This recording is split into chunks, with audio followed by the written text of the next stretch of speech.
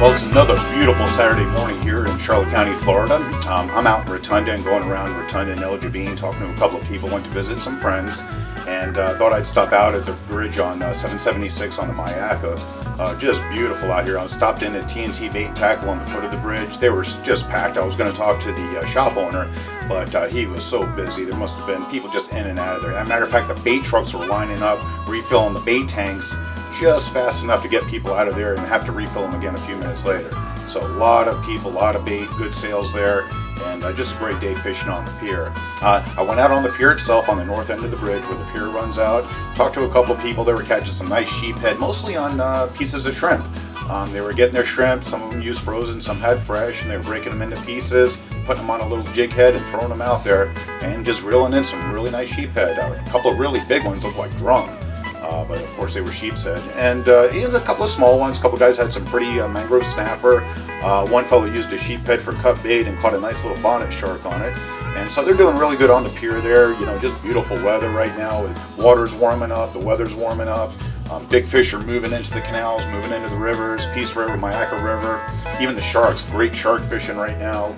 If you like to get out there with some cut bait and anything that's a little bit bloody, boy, you're going to get on a shark pretty easy.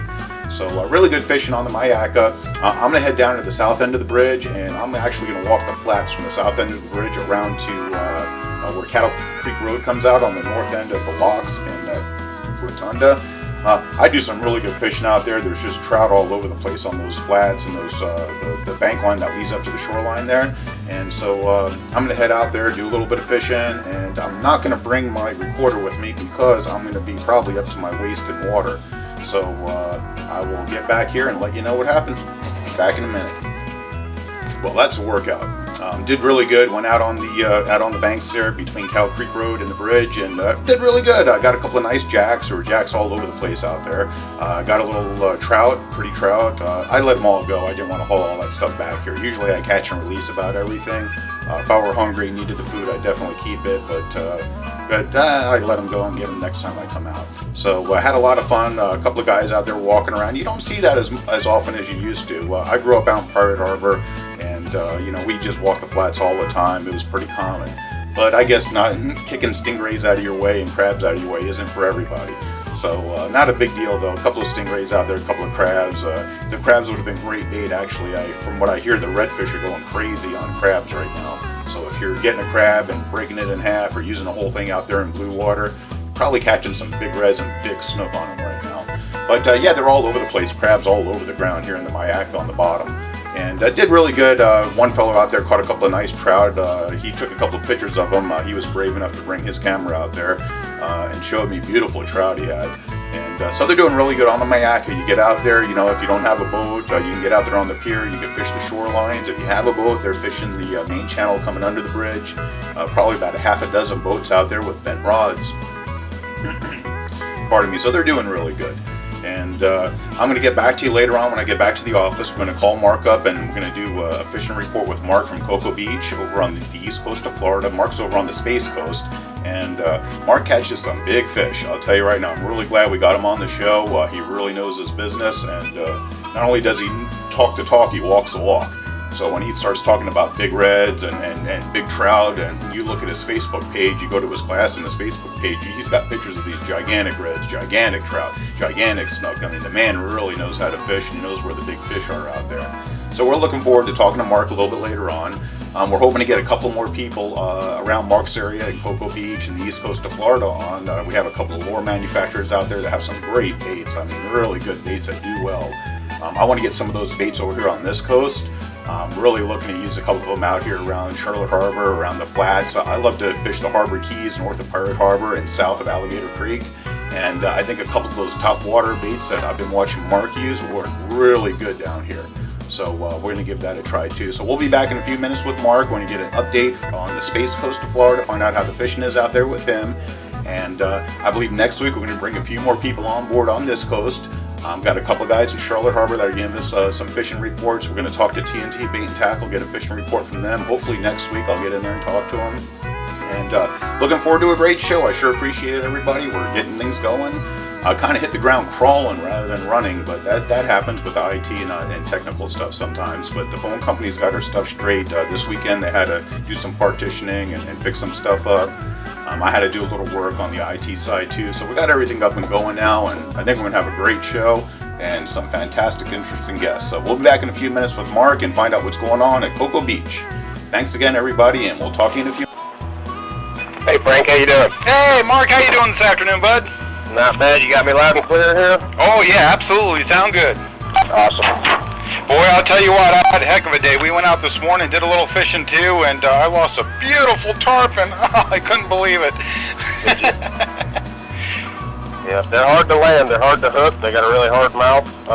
I think that was my biggest mistake. You know, I was out there playing with some 15-pound tests, and we just figured, what the heck, we'll troll a little bit. We're going up to Peace River over here on this coast, and boy, I hooked into that thing, and I thought I actually had a rock, because you know how they kind of like to follow the boat for a few seconds, and I should have just grabbed it and jerked its face off, but I didn't, and so it ended up spitting the hook back out at me. But what are you going to do? It was still a lot of fun. Did you get a jump out of him? I got a jump. I got him probably within about 5-6 foot to the boat, and he kind of rolled over and looked at me and gave me a little wink and just spit that lure right at me. You got the jump, man. The jump is everything. It was just beautiful. It made the day. You know, it wasn't all that great. Dad was out there catching some catfish. You know, you have those bad days, that happens. And so I was like, well, a nice tarpon would be nice to get on the boat here and get a picture of. But it didn't happen all that way, but it was still pretty good. Yeah, beats a day sitting on the couch, though. You got that right. It makes me enjoy the Guinness when I get back home. That's right. So how you guys making out over there? Not bad. I had a kind of a lackluster day yesterday. It was supposed to be sunny, light winds, and that didn't happen. So we kind of had to change our game plan. And a great method this time of year, because we've got all these big trout around, is just to drift and blind cast over the potholes. Mm-hmm. And I got one trout, 27 inches, you know, not a monster, but a solid trout. And the guy I was fishing with, he got a 26, so, you know, Very it's not nice. bad. We found one school of reds. They're kind of hard to approach, and we never really got on them, kind of lost them. And kind of an uneventful day, but yeah, have those every now and then. Yeah, that's true. You know, we get the same thing. I saw on Facebook you had a beautiful trout. You got the yellowmouth, just awesome. I thought that was just nice. Is that the one you're talking about? Yeah. Only fish of the day, but it was a good one. Well, I'll tell you what, anybody that's listening to the radio show, if you click on the photo link that's in the radio playing right now, you can see a picture of that trout. It was a beautiful fish he got out there. Now, he's out in Cocoa Beach, Florida, over on the Sun Coast. On the Space Coast. Everything's the Sun Coast in Florida. And so, you know, they really get into some big fish out there. How's everything else going out there? You guys getting into any tarpon yet? There are small tarpon around, and actually I've been seeing them in the Sykes Creek area around the culverts. When the culverts are flowing, they will stage on the side where it's flowing out and just kind of wait for the little minnows and things to be flushed through. And a lot of the times when they're doing that, they're keying in on really small minnows, and you have to throw something that kind of matches the hatch at them. And that'd be a great opportunity on fly, something real small. Oh, yeah. But yeah, we're getting the tarpon are coming back with the climbing water temperatures. It is. I think that's what does it. Right now, Punteith, the season's getting ready to open, so all the charter guys are going crazy for the tournaments and everything. And I think that's probably why I got them. I was using a rattle trap. We were trolling with a rattle trap, silver and black. Those little about 4-inch trap. Actually, I think it's like 3.5 inch. So it's like you said, about that minnow size. So they were doing pretty good out there. Actually, there were a lot of boats out there today, so I was glad to see a lot of people out doing some fishing. Yeah, when you got when springtime kicks in and the weather starts to level out and get a little warmer, it's a lot of bumper traffic out there this time of year. Oh, that's for sure. That's for sure. Well, you get to see all the people that don't quite know how to use a boat ramp and don't know about markers, and they're all out there throwing lines every place they can. I had to go around about 4 people that were anchored out in the middle of the channel fishing. I was like, oh, geez, give us a little room to get around here. Yep. You'll have that in the springtime, that's for sure. But it's a great time of year to be on the water. Great time of year to be fishing. You know, the water's still nice and clean. The water temperatures right now are just about perfect, you know, to where you can get an all-day bite. and that's kind of going to drop off the hotter we get, and when the water temperatures really start to climb, then the bite kind of dies out around 11 in the morning. You kind of sometimes get an afternoon bite, but this is the time of year to be out there to get a really good all-day bite in. It is, it's true. You come another month or so, we really get those hot afternoon days. It gets up to 90, 95 degrees, and even if the fish are hitting, it's just torture out there sometimes. So getting out there in the morning, and it's nice and cool. And, like you said last time we were talking, it seems like in the morning, about when the sun comes up and starts to warm the water, the fish just turn on, and they just go crazy. So it's definitely, like you said, the morning time beats the heck out of those hot afternoons. Yeah, that's it. But yeah, I've got a little report drafted up here for the Space Coast area. Awesome. And I will kind of start region by region here. Start with the Mosquito Lagoon. Mosquito Lagoon there's fish throughout right now. There's a lot of schools of slot fish right now if you're really looking hard. They've been kind of hard to approach. They've been schooled up, and when the water drops, they concentrate, they school up. And they've been that way for a few months now, so they've had about 3 months of, anglers finding them, harassing them, and, it's been going on for a while. So their demeanor, you kind of got to finesse them a little bit right now. And one problem we have in the Mosquito Lagoon that I see a lot of is people try to find these schools on the outboard. They're trying to, basically what they're doing is running around on the outboard and trying to scare the fish up to make a wake. And that, you'll find them like that. But you've already ticked them off before you've even got near them. Sure. And it's not the way to do it, and it contributes to the overall spookiness that we have up there in the Mosquito Lagoon.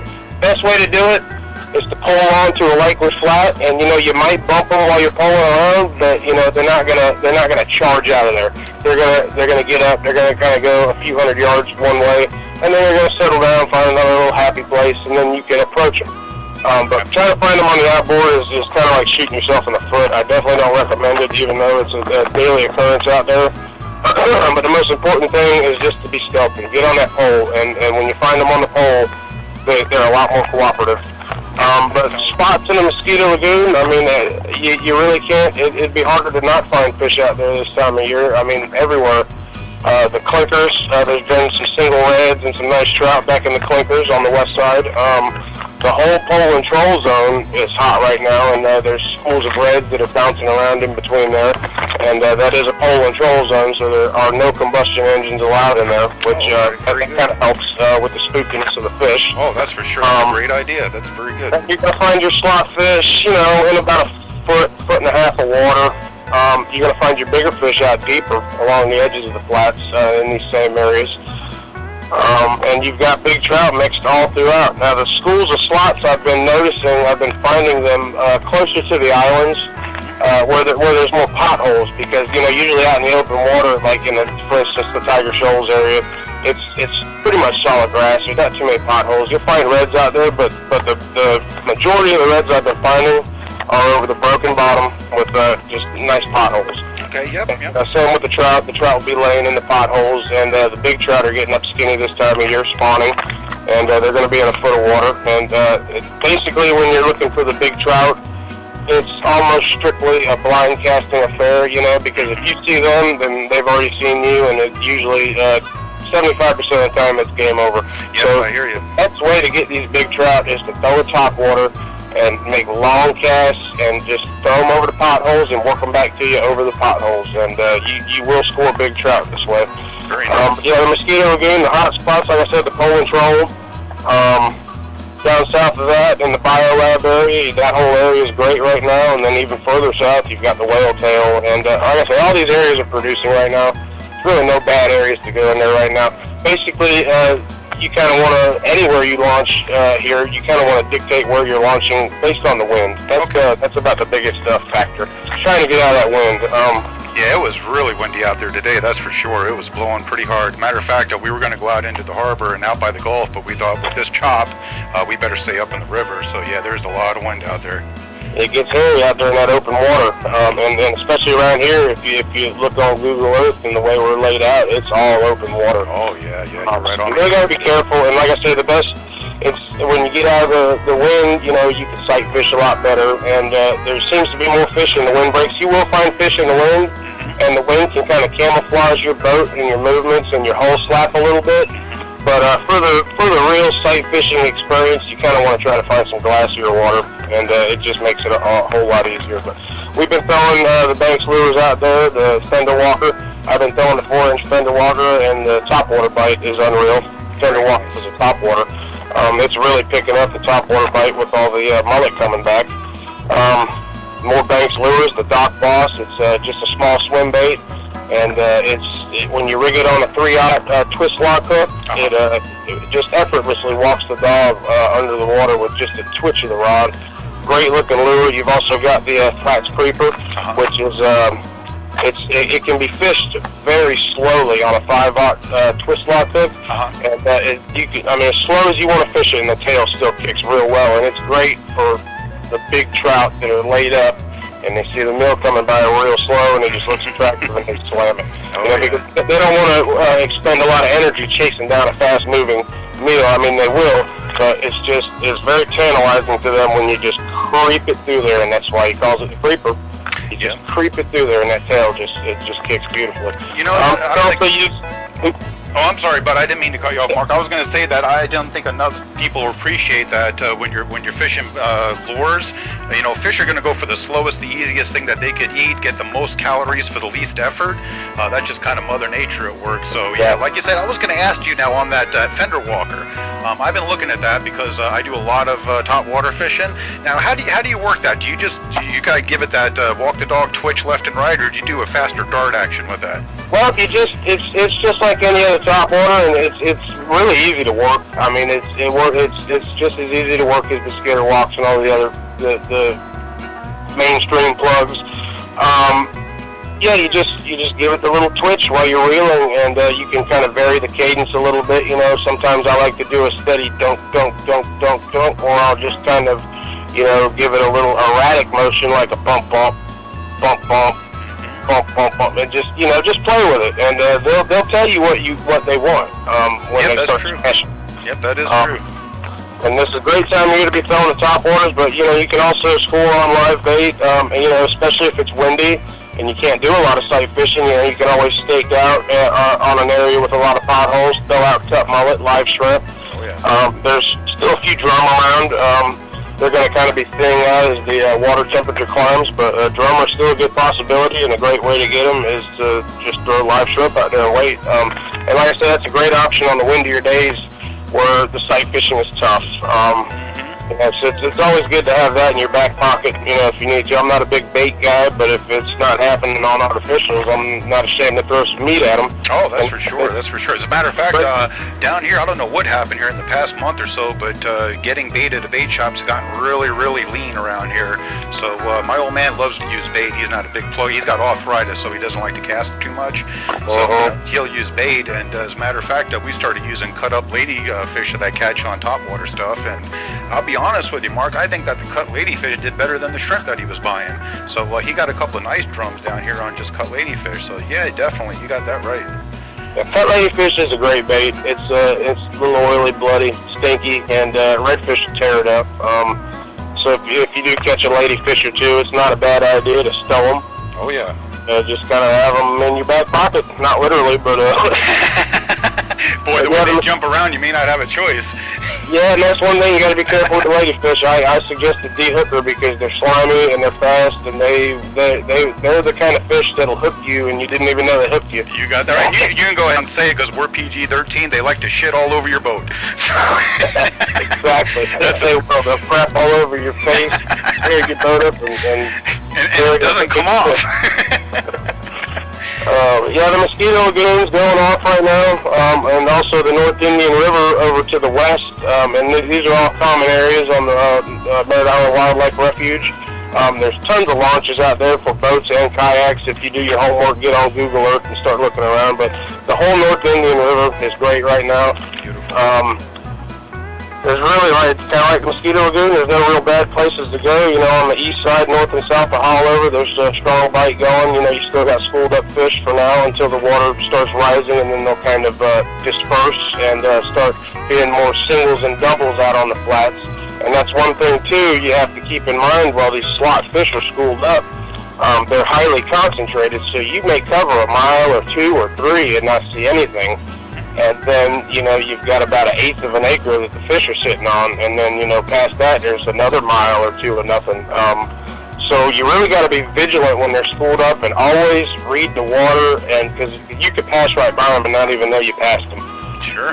And it's, when they're schooled up, they're concentrated, and you're not really going to find too many singles out there. So you got to maximize your opportunities by always keeping an eye on the water, and just the schools will kind of, if they're holding the bottom, you're not going to see much, but they're usually cruising kind of slow, and you'll just see a little wake, and they usually cruise against the wind, which kind of amplifies that wake, and that makes them a little easier to see. But the biggest thing is to just take your time. If you're moving through too fast, you're going to miss things. Sure, you skip over But everything. North Indian River spots, as far as spots up there, Dummett's Cove area is great. You got Black Point. Everything north of Hollover right now is doing pretty good. The west side's doing great, and there's also, like I say, big trout mixed in this area as well. Like I said, there's really no bad areas to go out there. If you just take your time and just be methodical about everything, you'll find fish. It's as simple as that. And the same thing with the bigger reds. They're going to be out there a little deeper. They might be schooled up. They might be single.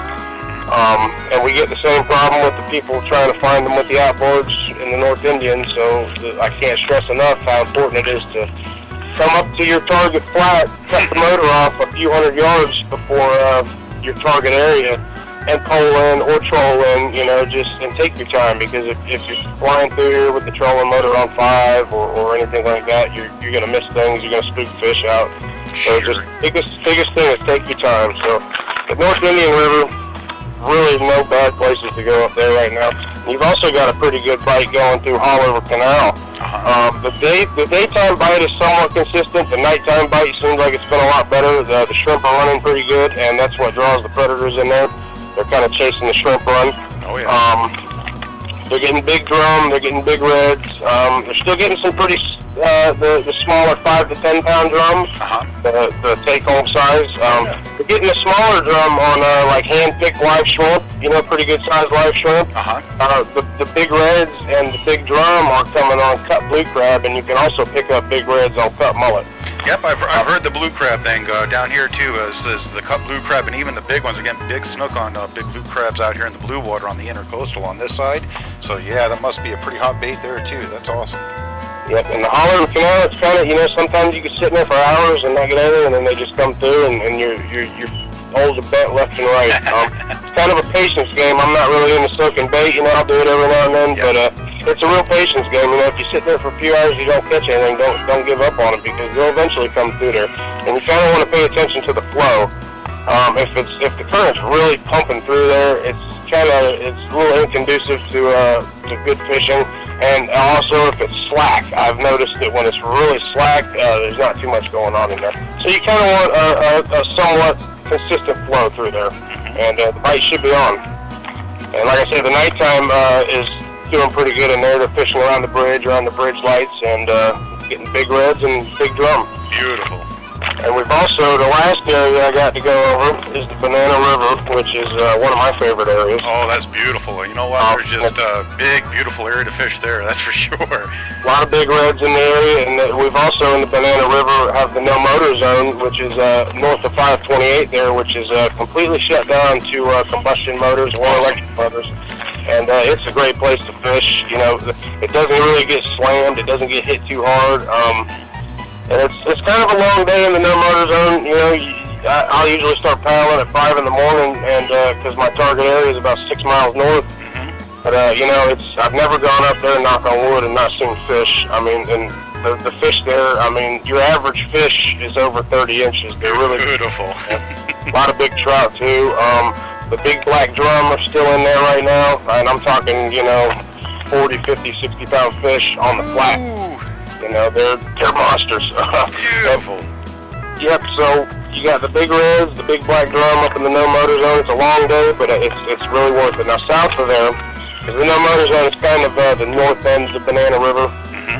So south of there, you've got the Thousand Islands area, which is a place I like to fish a lot this time of year. And basically, you've got a lot of slot reds holding around the mangroves. It's a huge area. You know, there's miles and miles of shoreline to explore, and most of the fish I've been finding out there are tight to the shoreline. If you just kind of pole around, stand up on your kayak or your canoe or whatever you're in, you'll see them, and the water's pretty clear, and they're just laid up tight to the shoreline, and the name of the game is just to get a bait in front of them, and if they haven't seen you first, they'll smash it. Also got some pretty big trout showing up in that area. Back in the coves, the sheltered coves is where I've been finding them. In the Thousand Islands area to the west of the islands, there's a large flat where big reds are possible on that. It's always worth a look if the wind is right to go out there and look at the big flat. Sure. Especially around the drop-off, there's a pretty nice bar on the southwest corner of that flat that often holds big reds. And like I said, if the wind is right and it's not pumping or hooting out there, it's worth a look. Very nice. Other areas in the Banana River, you've got south of the Thousand Islands, there's a pretty good flat north of Pineda on the west side that's been producing some pretty decent sized reds. The top water bite's strong there, big trout mixed in, and it's a really big flat, and you might not find anything for a while, but they're out there. Like I said, it's 7 miles, it's a lot of water to cover, but they do use that flat a lot, and especially this time of year with the trout spawning, they get up real shallow, and not a bad place to go. But that's basically it. Very cool. As a matter of fact, if anybody wants to see the satellite overview of what Mark's talking about, just click on the satellite link that's in his radio show, and you can see an overview of that whole Banana River and that whole area he's talking about, so you can get an idea of where he's at and what he's fishing for in there.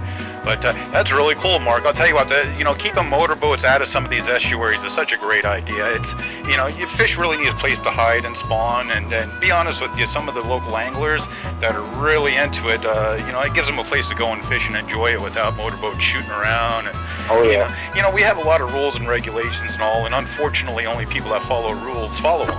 And, if you can keep some of those boats out of those areas and really keep, the canoes, the kayaks, the canoe guys in there, it works out so much better. There's plenty of water for motorboats to run around in. But, hey, that sounds great, Mark. That's a great report, bud. I sure do appreciate it. Awesome. Yeah, no problem. Happy to do it for you. Well, I'll tell you what, why don't we plan on getting together on the phone here maybe, what do you think will work for you, Monday, Wednesday, and Friday, something like that? Yeah, that would work, and with that frequent, the reports might not change, all that much, because we're kind of in the transitional springtime pattern right now, and a lot of the things I've kind of put out there right now, it's going to kind of be the same for, until we actually hit our real hot summertime period. Then things start to change a little bit, but I'll go over with you, where I've been and what I've been seeing, and get some fresh intel out there. Sounds good. I'll probably give you a ring, and one way or another, we'll get a fishing report out there and tell everybody what's going on in Cocoa Beach, that's for sure. Perfect. Hey, Mark, I sure do appreciate it, bud. Thanks again, and have a wonderful Sunday. I appreciate you, Frank, man. Thank you. Hey, have a great day fishing tomorrow. You do the same. Bye-bye.